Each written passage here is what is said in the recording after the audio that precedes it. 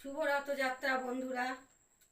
এই যে আপনারা তো আমাদের খাওয়ালেন না, এই যে চপ, পেঁয়াজি, আর এর মধ্যে দু রকম পাঁপড় ভাজা আছে। একটাও কিন্তু আমার হাতে তৈরি নয়, সব মায়ের হাতে।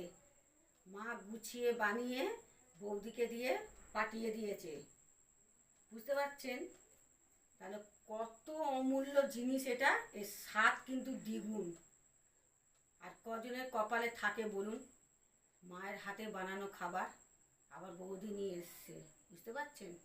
তাহলে এই যে একসঙ্গে খাবো, তাই ভাবলাম আপনাদেরও দিই, এনেন খান যেটুকুনি ক্ষমতা সামর্থ্য। কেননা অত ধনী ব্যক্তি নয় যে গামলা গামলা সব বানাবো, অত ক্ষমতা নেই বন্ধুরা। জানি আপনারা একটু সবাই তেলা মাথায় তেল দিতে ভালোবাসেন বেশি, তো আপনাদের কাছে আমার একটু অনুরোধ, এটা বলতে পারেন যে রুখো মাথাগুলো একটু একটু দেখুন, তাদেরও তো তেলের প্রয়োজন হয় নাকি। যাক, অনেক কড়া কড়া কথা বলে যাবে, মিষ্টি মিষ্টি কথা, অনেক অনেক ভালোবাসা আপনাদের সকলকেই।